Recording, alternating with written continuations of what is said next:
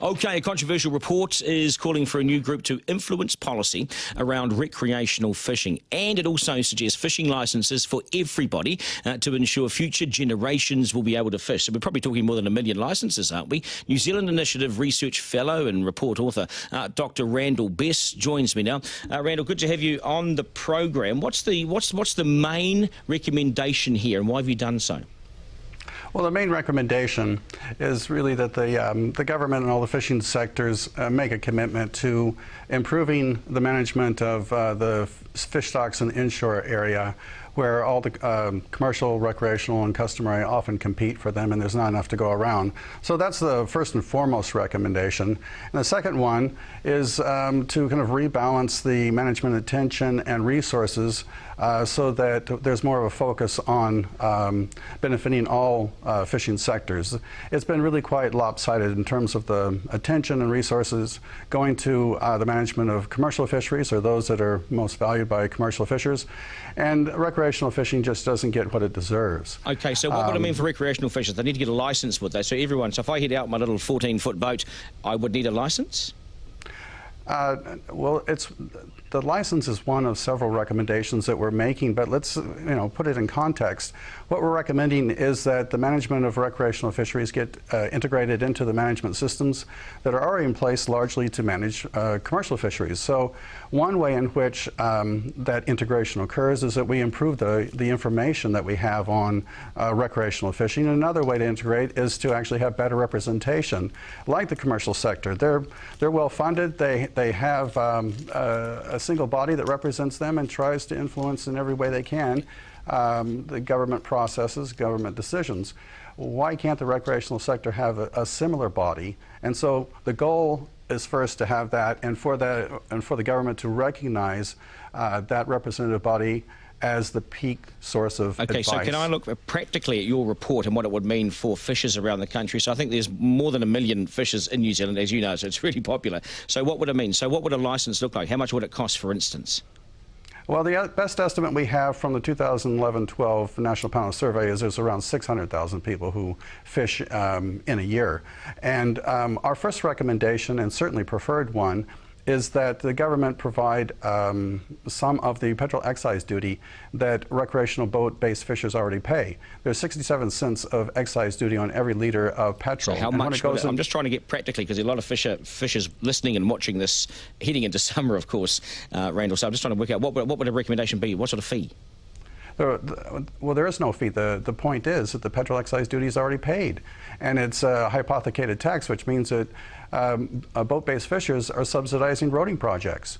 And it adds up to tens of millions of dollars each year that boat-based fishers are paying in petrol excise duty. All we're saying is that the government should, it's only fair that the government gives over $1 million or $2 million. Okay, so a free license, is a free license, is it? I haven't mentioned license. I'm simply saying about $9 million goes to Maritime New Zealand for its safety programs and search and rescue. Why can't a couple $1 million go towards benefiting recreational fishers who are already paying the petrol excise duty?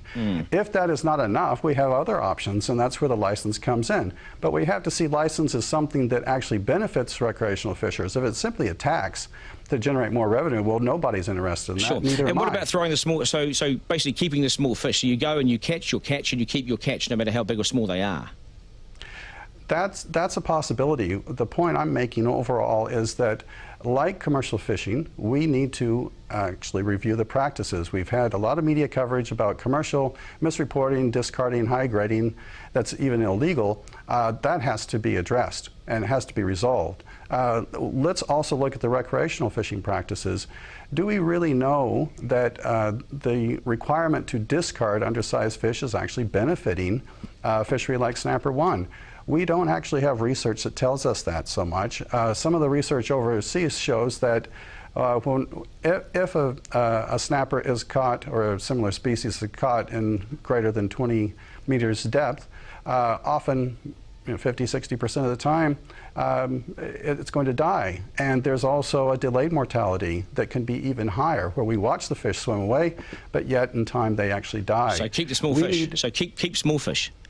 that may be the best answer. We need the research to drive our debate about what is the best practice. Okay. Randall, I appreciate your time on the program this morning. Dr Randall Bess, the report's author. This is a really tricky one for the government because the last government in power, National, had to change the size of the fish. So, you know, things changed and they got a heap of emails. Their inbox effectively broke because New Zealanders said, you changed this at your peril. So this is a really, really interesting one for the government. Yeah, this is one of the national pastimes, isn't it? Yes. Especially in this country. So you stuff around with that, a lot of people get nervous and they won't give you the opportunity. When it comes to throwing fish back, obviously I throw my smaller ones, and there is an issue bringing them from depth up because it's not good for the fish. Sure. What I tend to do is I also throw back my bigger ones.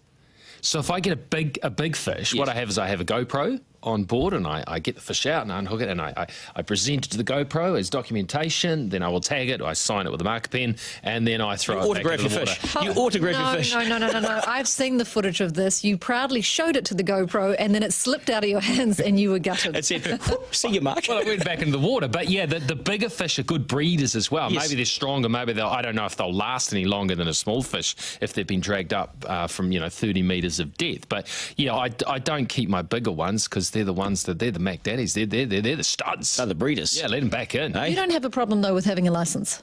No, I'll go and pay for a license. No issue whatsoever. You may not. That's what he was just saying. He said I didn't mention a price or something. Did he though? Yeah. What did he say? Did he or not? Yeah, well, yeah, But exactly. where are the ranges too? Not once have I had my chili bin checked. Ever. Well, don't go asking for that. Well, I think it's important. It's like traffic officers, it's like speeding. If people are going to be taking more than their fair share, you want to feel like you're going to get caught. Okay, well, let's do this then. So where do you launch from and where do you return from? And we can tell MAF, we can tell the officers where you are and what time of day. Well, often I go from Bucklands Beach, but I can't because the tide's too low at the moment. Yeah, that's right. But don't you worry, the supermoon is gone by when? We get it back on January 1st, and then the third one is January 31st. Oh, you know so much. I know. Okay, so Recreational Fishing Advocacy Group Legacy has dismissed the report, and we'll have a chat to them very shortly. But this is the thing, Stuart Nash is the fishing minister, so he's going to be in charge of this. At your peril you mix with this stuff. 600,000 plus fishers. They are also 600,000 plus voters. The spokesperson for Legacy is Scott McIndoe, and he joins me now. Scott, good to have you on the program. I'm struggling to make head or tail of what they are actually trying to say here, but to me it looks like a new committee, a possibly expensive bureaucracy. You need a licence to fish, and you keep the small fish. I don't see any common sense in much of this at all. You're onto it. It's a major distraction for us as we strive to rebuild these broken fisheries, this broken quota management system. This very predetermined outcome type report is about enclosing the public interest into a quota, into the quota management system. It's about removing ministerial discretion and seeing us integrated, if you like, what cats do to mice, often at the expense of their social and cultural well-beings. Who's behind this report? And I should have asked this question, and I didn't, and I ran out of time. But is somebody funding this report? Is there a secret or private agenda at play here?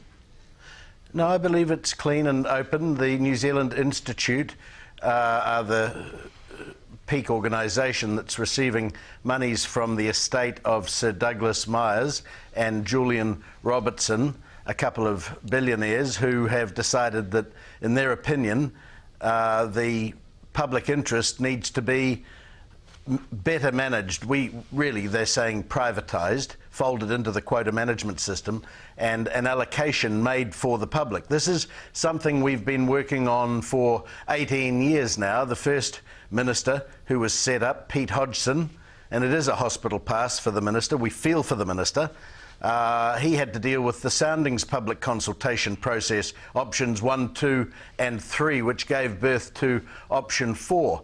Option 3 is almost a mirror image of this report, calling for a proportional allocation, a peak organisation made up of people who represent recreational fishers, which is essentially what the New Zealand Sport Fishing Council, the Angling and Casting Association, New Zealand Underwater are doing now, doing it very effectively, much to the ministry's disgust. They don't like getting it straight and true and experienced and professional. Okay, so Scott, if this goes ahead, if all those recommendations take place, let's just say, hypothetically, Stuart Nash stupidly says, yep, let's do this. What's the result for New Zealand fishers around the country? What does it look like for us when we go out there? Well, if we go back to the snapper debacle of 2013, when Nathan Guy was set up by his ministry for a 500-tonne increase to the total allowable catch, and then he was advised that a good option would be to allocate that 500 tonnes proportionately.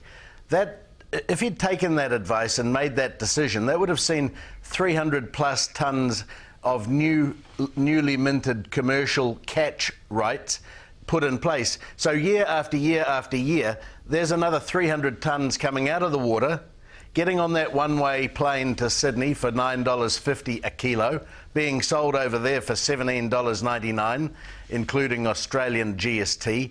That's 300 tonnes out of the water. We applaud Nathan Guy for using his discretion, for making a tough decision and adding that 500 tonnes to the allowance he shall make for recreational fishing. What he did was good for the fisheries. He left fish in the water, and that's what it's all about. All of us have to stop, take a deep breath, and appreciate the fact that we're killing too many fish.